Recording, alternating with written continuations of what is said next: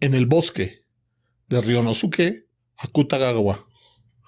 Declaración de un leñador interrogado por el oficial del Kebishi. Señor, es verdad, fui yo quien encontró el cadáver. Esta mañana, como de costumbre, había salido a cortar leña y encontré al muerto en el bosque que está detrás de la montaña. ¿El lugar exacto, dice usted? Pues a unos 150 metros de la carretera a Yamashima.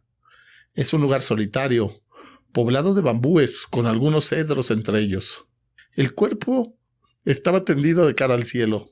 Vestía un kimono de seda violáceo y llevaba un gorro al estilo Kioto.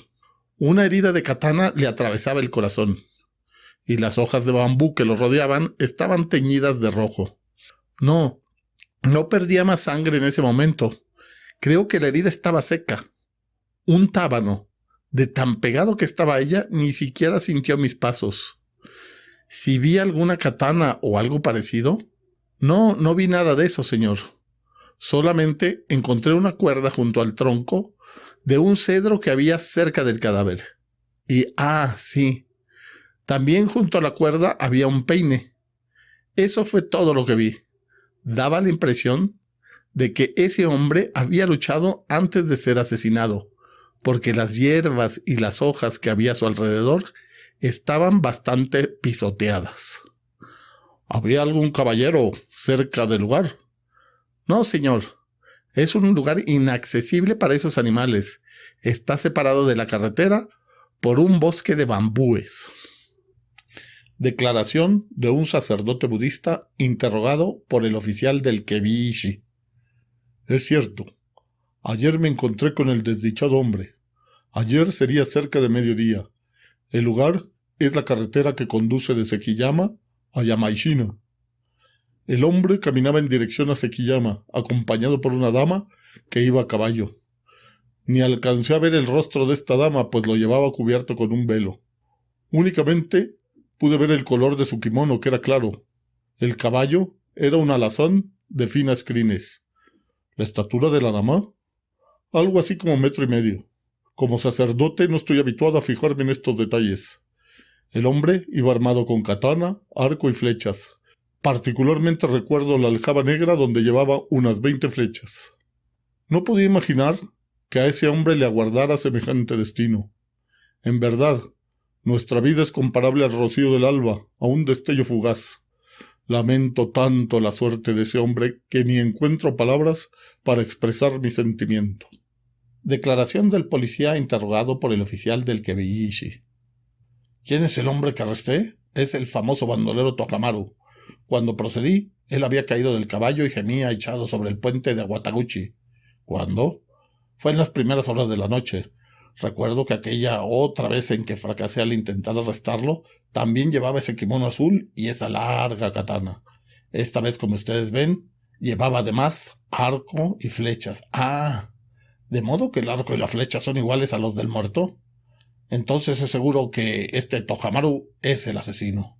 El hombre enfundado en cuero, la aljaba negra y las 17 flechas de pluma de halcón seguramente eran del samurái. Sí, el caballo era, como usted dice, un alazán de finas crines. Pastaba cerca del puente, con las riendas sueltas. Seguramente fue por una ironía del destino. Tohamaru fue arrojado por el mismo caballo que robó. Este Tohamaru es el mujeriego más famoso entre los bandidos que merodean por la capital. El año pasado, una clienta y su criada fueron asesinadas en un monte detrás de la estatua de Píndola, del templo Toribe, y se rumoreó que había sido obra de este bandido. Si es Tohamaru el asesino del samurái, vaya uno a saber qué ha sido de la dueña del alazán. Si me permite una palabra, le sugiero la conveniencia de averiguar la suerte que corrió la dama. Declaración de una anciana interrogada por el oficial del Kebishi. Sí, señor. El cadáver es del hombre que se casó con mi hija. Él no era de la capital. Fue samurái en la ciudad de Kokufu, en la provincia de Wakasa. Su nombre es Takehiro Kanazawa y tenía 26 años. No, señor. Él era una buena persona y no creo que haya sido víctima de alguna vergüenza. Mi hija, su nombre es Masago y tenía 19 años.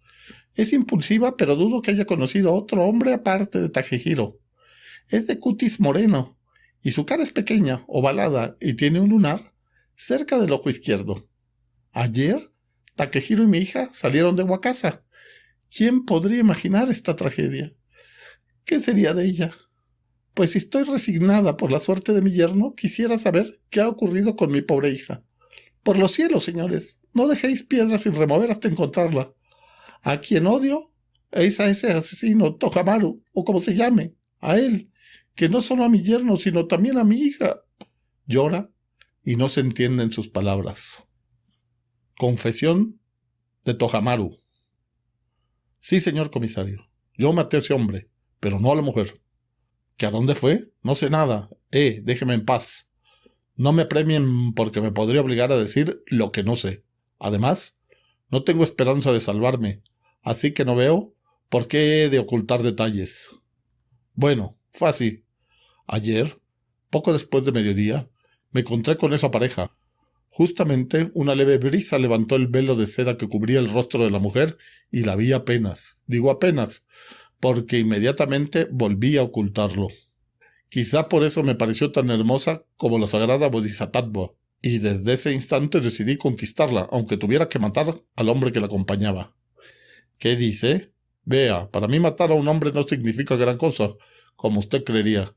De todos modos, para poseer a la mujer había que eliminar al hombre. Pero le aclaro, señor, que yo mato con katana, y no como ustedes, que matan con el poder, con el dinero, hasta con el pretexto de hacer un favor. Es cierto que no derraman sangre y sus víctimas siguen viviendo, pero así todos son muertos, sombras de vivos. Si medimos los alcances del delito, es muy difícil fijar quién es más criminal, yo o ustedes. Sonríe con ironía. Sin embargo, era mejor proceder evitando la muerte del hombre, y opté por ello. Pero era imposible ejecutar mi propósito en la carretera que conduce a Yamashima. Entonces inventé una historia para internar a la pareja en la montaña. Resultó fácil. Empecé a caminar con ellos y les conté que había descubierto una vieja tumba en la montaña, hallando una considerable cantidad de sables y espejos antiguos que luego había trasladado clandestinamente al bosque de bambúes y que de encontrar a algún interesado estaba dispuesto a venderlos a bajo precio. Al oír esto, el hombre comenzó a interesarse y... ¿No les parece terrible la codicia que es capaz de abrigar el hombre? En menos de media hora, los tres íbamos camino de la montaña. Al llegar al bosque de bambúes me detuve. Le dije que más adentro estaba oculto el tesoro y les pregunté si querían verlo. El hombre, por codicia, no puso objeción, pero la mujer, que ni siquiera se molestó en desmontar, dijo que esperaría ahí. Era comprensible su deseo ante el aspecto de un bosque tan espeso. Y eso era justamente lo que yo quería. Me apresuré a conducir al hombre, sin insistir en que ella nos acompañara. A la entrada del bosque hay bambúes solamente, pero a cierta distancia existe un lugar más despejado con algunos cedros. No podía haber sitio más apropiado para el logro de mi propósito. Abriéndome camino a través de los bambúes, engañé al hombre diciéndole que las piezas estaban ocultas al pie de un cedro. Él apresuró los pasos hacia unos cedros que se divisaban entre los bambúes. Caminamos aún algo más y llegamos al lugar señalado. En un segundo lo ataqué y lo derribé. Aquel hombre llevaba katana y era bastante vigoroso. Al ser tomado por sorpresa y atacado por la espalda, nada pudo hacer para evitarlo. Lo até sin demora al tronco de un cedro. ¿Dónde conseguí las cuerdas? Gracias a que soy ladrón, siempre las llevo, por si me veo obligado a escalar algún muro. Naturalmente, es fácil impedir que el otro grite si se le llena la boca con hojas de bambú. Terminada mi tarea con el hombre, volví en busca de la mujer y le dije que fuera a reunirse con su marido, que se había indispuesto repentinamente.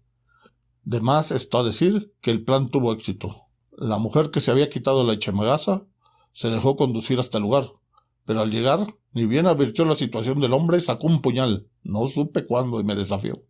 Nunca conocí una mujer tan impetuosa. De no ponerme en guardia, nada me hubiera extrañado que en su arremetida terminara atravesándome el vientre, o peor aún, matándome. Pero como sabrá, yo soy Tahomaru. Puedo arrebatarle el arma sin hacer uso de la mía, y aunque valiente, una vez desarmada, nada pudo hacer. Así por fin pude satisfacer mis deseos de poseerla. Como lo dije, no había matado al hombre. Era innecesario después de haber conseguido a la mujer. Me disponía a huir cuando sucedió lo inesperado. Ella se aferró a mis brazos con desesperación y patéticamente, con palabras entrecortadas, me gritó que uno de nosotros, su marido y yo, tenía que morir.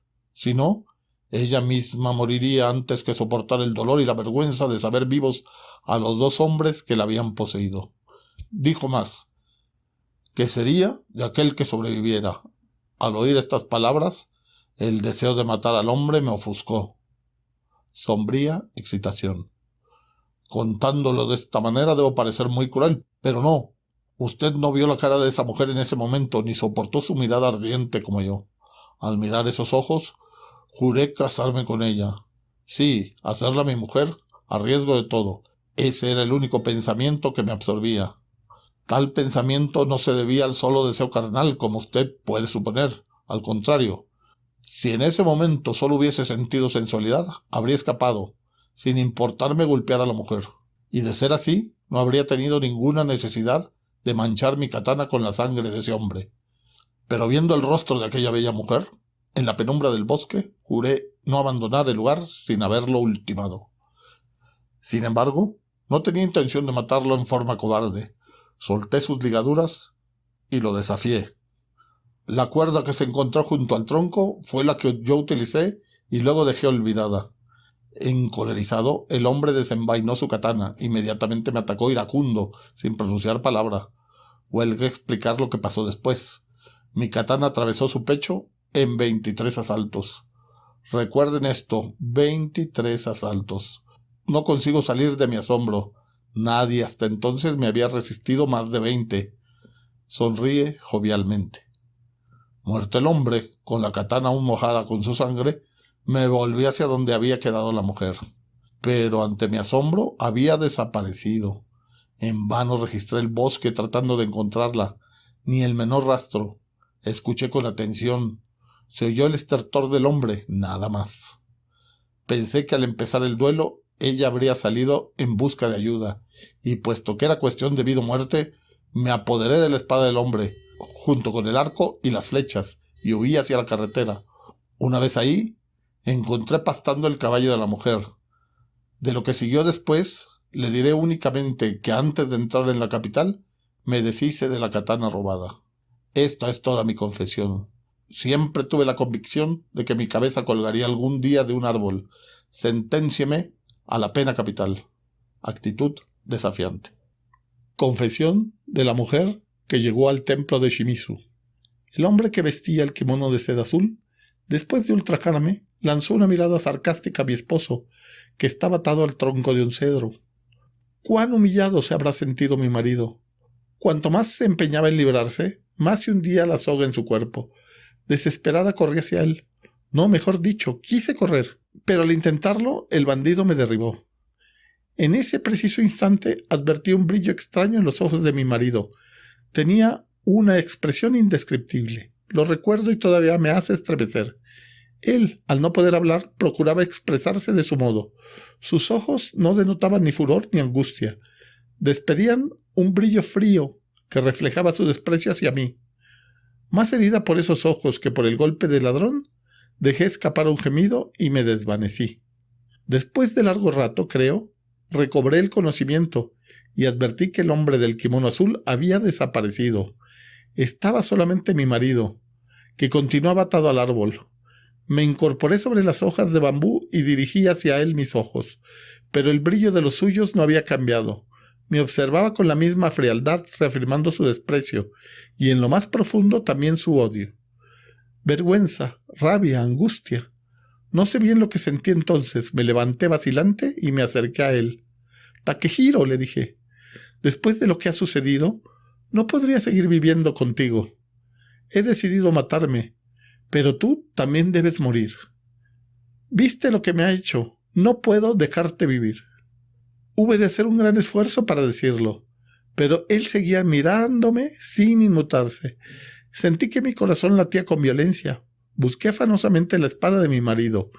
En vano, por lo visto. El bandido había robado sus armas. Fue una suerte que allí cerca encontrara mi puñal. Sosteniendo el arma en alto, volví a decirle: «Ahora, dame tu vida, yo te seguiré inmediatamente». Al escucharme, movió apenas los labios. Con la boca llena de hojas, no podía articular palabra. Sin embargo, con solo mirarle adiviné su voluntad. Con profundo desprecio me decía: «Mátame», sin poderme dominar. Enloquecida, clavé la daga en su pecho y a través del kimono de color lila. Volví a desvanecerme. Cuando tiempo después me recobré, mi marido había muerto. Un rayo del sol poniente, filtrado a través del follaje, iluminaba su rostro sin color. Llorando, quité las ataduras de aquel cuerpo. Después, no tengo fuerzas para narrar lo que me tocó vivir después. Hice todo lo posible para darme muerte. Clavé el puñal en mi garganta, me arrojé al lago, cerca de la montaña, pero todo en vano. Heme aquí, frustrados mis intentos, soportando el peso agobiador de mi deshonra. Sonríe tristemente. Es de creer que una mujer mala como yo, hasta por la misma Bodhisattva, le sea negada la piedad. En fin, yo que maté a mi esposo, que fui violada por un bandido, ¿qué debo hacer? ¿Qué es lo que yo... Estalla de pronto en violentos sollozos. Versión del muerto, narrada por la médium. Después de violar a mi mujer, el bandido se sentó junto a ella y le habló, tratando de consolarla. Naturalmente, yo no podía hablar, estaba atado al tronco del cedro amordazado. Sin embargo, intentaba decirle con los ojos una y otra vez: «No creáis a ese canalla, es mentira todo lo que te dice». Pero ella, sentada con las piernas recogidas sobre las hojas de bambú, se miraba las rodillas con obstinación. Esa actitud me hizo suponer que estaría escuchando las palabras del hombre. Los celos me turbaban.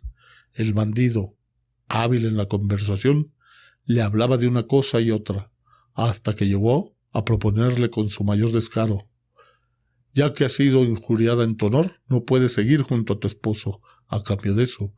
Y puesto que ya no serán felices, ¿no prefieres ser mi mujer? Fue el amor que me inspiraste lo que me llevó a cometer tal violencia contra ti».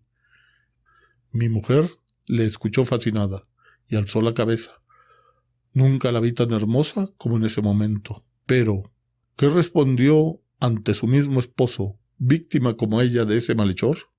Ahora vago perdido en el espacio, pero no podré evitar la rabia y los celos mientras recuerde sus palabras. «Bien, llevadme a donde queráis». Largo silencio. Y no fue este el único delito de mi mujer. Si se tratara solo de esto, no sufriría lo que sufro en esta oscura eternidad. Como en sueños, se disponía a partir del brazo de aquel hombre, palideció repentinamente y señalándome exclamó: «¡Mátalo! No puedo unirme a ti mientras él esté con vida». Y repitió varias veces enloquecida: «¡Mátalo, mátalo!». Aún ahora sus palabras quieren arrastrarme hacia el negro abismo. ¿Habrán salido alguna vez palabras tan atroces de labios de un ser humano? ¿Habrán entrado tan odiosas frases en oídos de algún mortal? ¿Alguna vez semejante? Súbitamente ríe con desprecio. El mismo bandido se quejó, perplejo al oírlas. «¡Mátalo!». Ella continuaba gritando y se aferraba al brazo del delincuente. Él la miró fijamente y no contestó. Antes de pensar en una respuesta, la arrojó al suelo de un puntapié. Nuevamente una carcajada desdeñosa. Luego se cruzó de brazos tranquilamente y mirándome dijo: «¿Qué piensas hacer con esta mujer? ¿La matas o la perdonas? Contéstame con la cabeza. ¿La matas? Solo por estas palabras perdonaría la acción del individuo». De nuevo, largo silencio. Mientras yo vacilaba en contestar, mi mujer dio un grito y echó a correr, bosque adentro. El bandido se abalanzó tras ella, pero no logró alcanzar ni la manga de su kimono.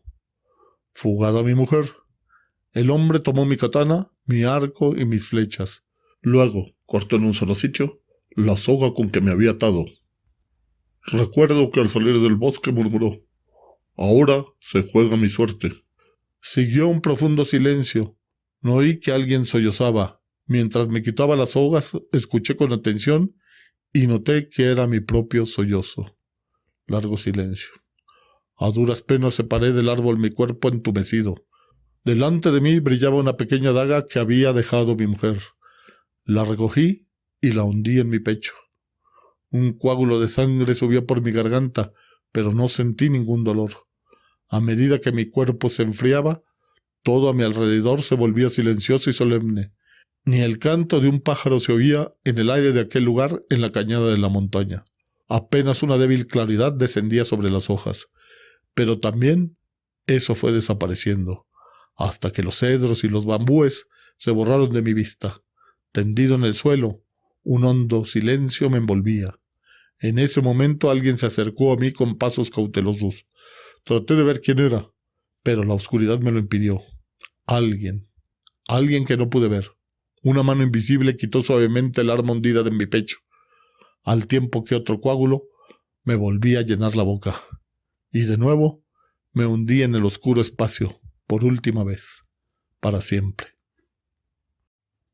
Ryonosuke Akutagawa nació en Tokio en 1892 y murió en esta misma ciudad en el año de 1927. Es considerado el padre de los cuentos japoneses.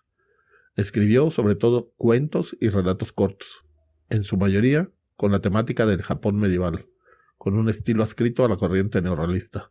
Sus obras más destacadas son La nariz y Los engranajes. En el cuento En el bosque de 1922, Akutagawa nos presenta una serie de personajes arquetípicos del Japón medieval.